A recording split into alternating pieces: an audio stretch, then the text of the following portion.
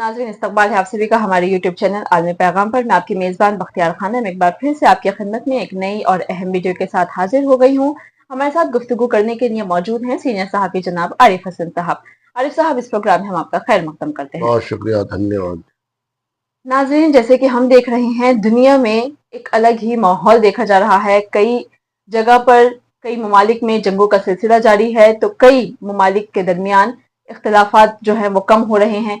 वो जो मुखालिफ ममालिक हैं, मुखालिफ पार्टियां हैं, वो एक दूसरे के साथ ही बन रही हैं। दुनिया की अगर हम बात करें तो ये जो उथल पुथल का माहौल देखने को मिल रहा है, ये एक अहम मुद्दा बनकर रह गया है, जिस पर चर्चा की जरूरत है, जिस पर एक बहस और पूरी डिबेट की जरूरत है।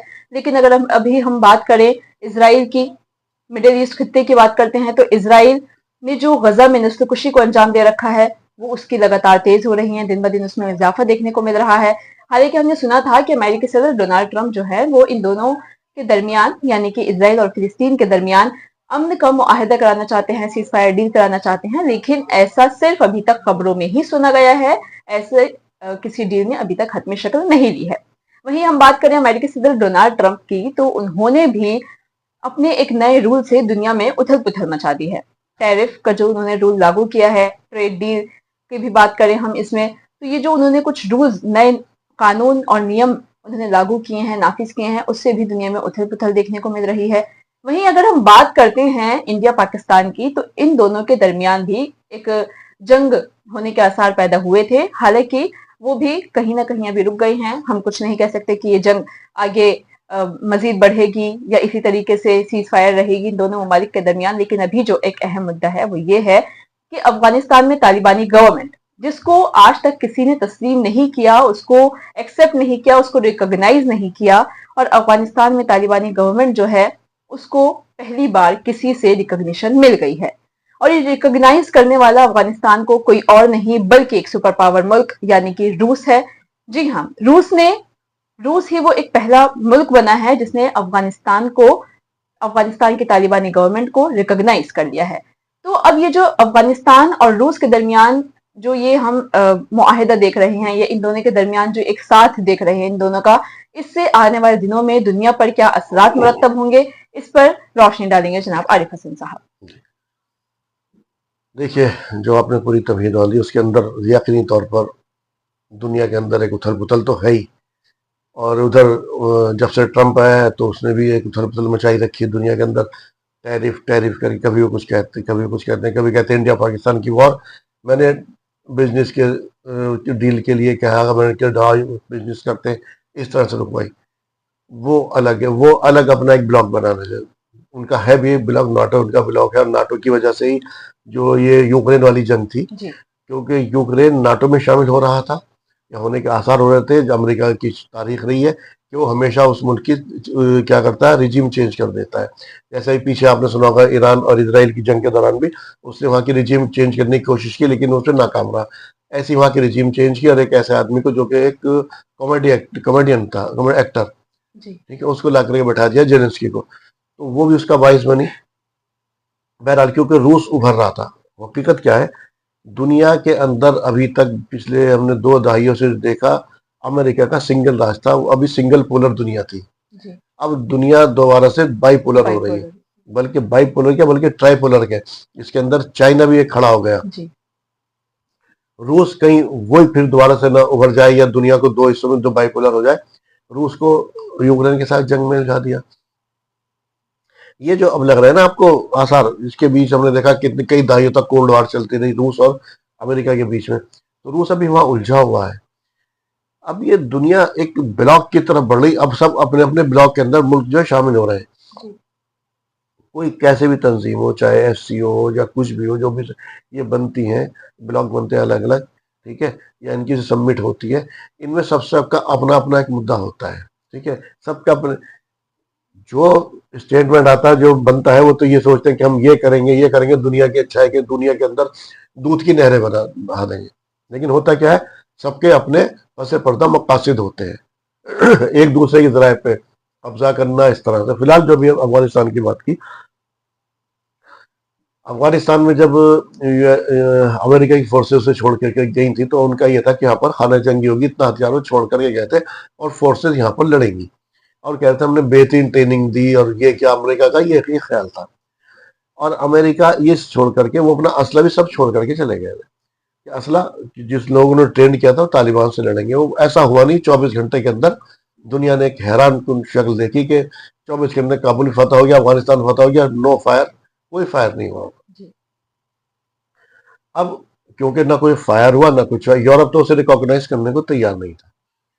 लेकिन अब रूस एक ऐसा मुल्क जिसने उस पर चढ़ाई की थी, 10 साल तक उसके ऊपर मुसल्लत रहा, और रूस को भी आखिर अव्वल तो अफगानिस्तान सबसे पहले तो सब लोग जानते हैं वो कैसा है, जो जिसने उस पर कब्जा किया उसने अपनी मौत को दावत दी, वो वहां से नाकाम होकर के लौटा, दो सुपर पावर को ढेर कर दिया उन्होंने। अब क्योंकि अमेरिका के खिलाफ रूस को इस्तेमाल करना है, रूस का क्या है, रूस भी अपना एक ब्लॉक बना रहा। ट्रम्प तो यूरोप के साथ उनका एक ब्लॉक है भी, लेकिन वो यूरोपियन यूनियन, G7 और जो उनके चीजें हैं।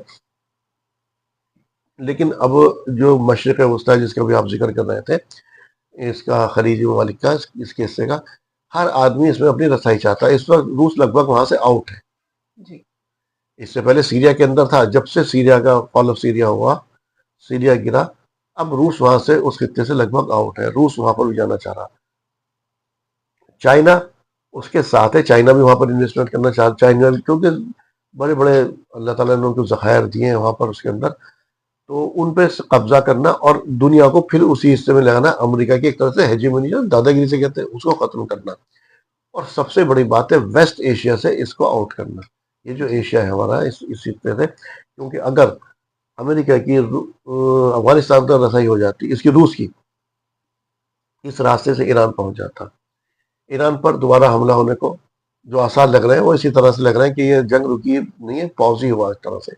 ये इसराइलियों की तारीख रही है इसके जी। बारे में। तो ये एक ब्लॉक जो है, चाइना, रूस, इधर अफगानिस्तान, और इससे जो और जो रियासतें कुछ अलग हुई हैं उनके अंदर से उसके बॉर्डर मिलते हैं, इनको लेकर के वो एक ब्लॉक बना रहा है कि इसके अंदर से अमेरिका का मुंतकल खत्म कर रहा है। इसके अंदर जो आड़े आएगा इसमें, वो पाकिस्तान आ सकता है, लेकिन पाकिस्तान खुद चाइना पर डिपेंड है, जी।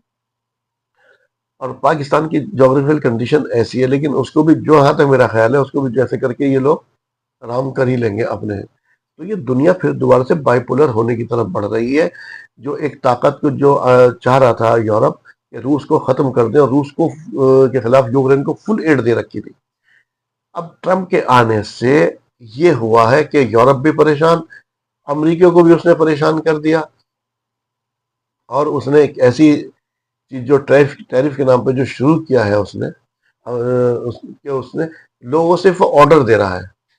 जो इन्होंने ब्रिक्स जो ऑर्डर यहाँ बना रखे थे ग्रुप अपने, ब्रिक्स को, अमेरिका को, यूरोप को चैलेंज करने के डी डॉलराइजेशन के लिए खड़ा किया गया था, वो उसको भी कमजोर कर रहा। अच्छा, इसके अंदर कंडीशन कभी उसे भारत के ताल्लुक से भी हम जब करेंगे, उसमें एक वीडियो करेंगे भारत की जी। कंडीशन, या भारत कहाँ खड़ा नजर आता है उसकी बात करें। लेकिन फिलहाल जो मैंने बताया, ये ब्लॉक बन रहे हैं और सब अपने अपने ब्लॉक के अंदर इकट्ठा हो रहे हैं, क्योंकि आने वाले टाइम में ये जंग अगर बढ़ेगी, या कोई खुदा न खास्ता अगर इस तरह कोई आसार नजर आए, या जैसे नजर आसार तो नुमाया हो ही चुके हैं जी।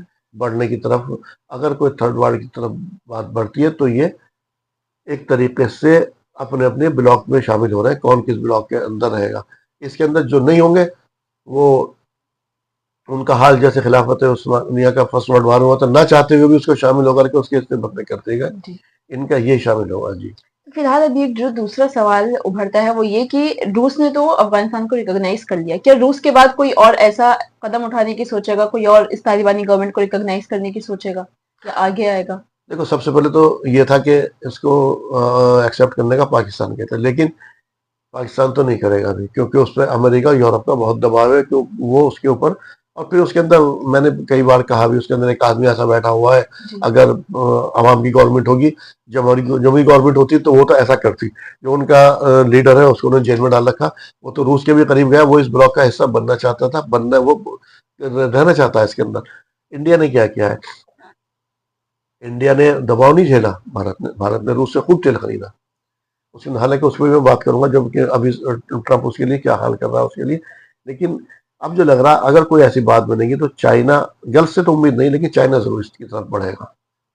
जी, तो जैसे कि अभी आपने बताया कि ईरान से अफगानिस्तान का बॉर्डर मिलता है, तो क्या आने वाले दिनों में ये देखा जा सकता है या ऐसा मुमकिन है कि अभी जैसे कि ईरान पर इसराइल के हमले का खतरा लाहिक है, हो सकता है वो कभी भी हमला कर दे।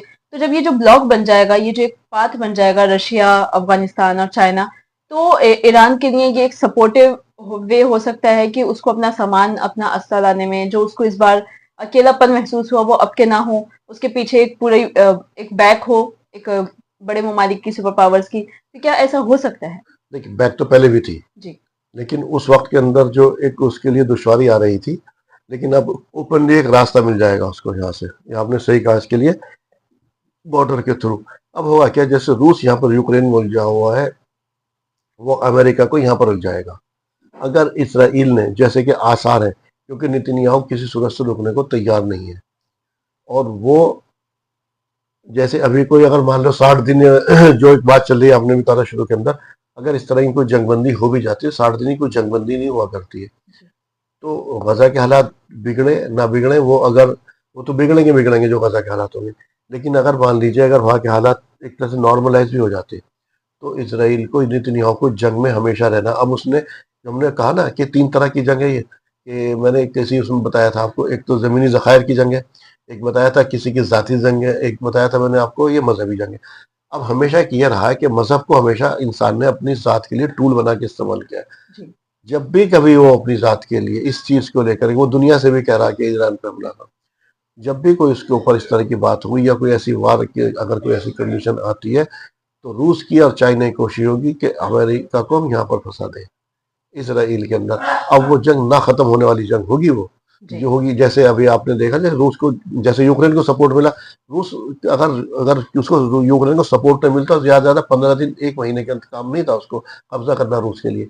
लेकिन जब उसको सपोर्ट मिला हथियारों से, अब इस तरह से ईरानी कौम तो बड़ी लड़ने वाली जंगियों कौम है, अगर उसको इस तरह सपोर्ट मिलेगा, तो आने वाले दिनों के अंदर अगर कोई इस तरह की बात होती है, ईरान को ये इस गल्फ के अंदर अपना एक अल्टरनेट बनाएंगे, मजबूत बनानी। अभी आपने सुना था J-10C वो चाइना से खरीद रहा है, जी। तो उसको एयरफोर्स के लिए भी स्ट्रॉन्ग करेंगे उसको, जिससे कि आने उसके लिए उनके अपने मफाद के लिए वो उसमें वहाँ पे पैसे भी इन्वेस्ट करेंगे। गल्फ वालों के लिए भी सबक होगा कि अगर तुम हमारे ब्लॉक में आओगे तो हम क्या दे सकते हैं, क्या नहीं, कर तुम्हें मजबूत भी कर सकते हैं। लेकिन बाकी के जो खलीजी ममालिक हैं वो अमरीकी खेमे के अंदर है। तो ये आने वाले दिनों में ऐसा लगता है कि यही एक मैदान, जंग का मैदान बन जाएगा। अगर कुछ ऐसा हुआ, इनकी कोशिश यही होगी। अभी तो ट्रम्प टैरिफ के अंदर ही उलझा हुआ, और ट्रम्प ने तो ऐसे अमेरिका की और यूरोप की खुद ही कमर तोड़ दी है इसके अंदर।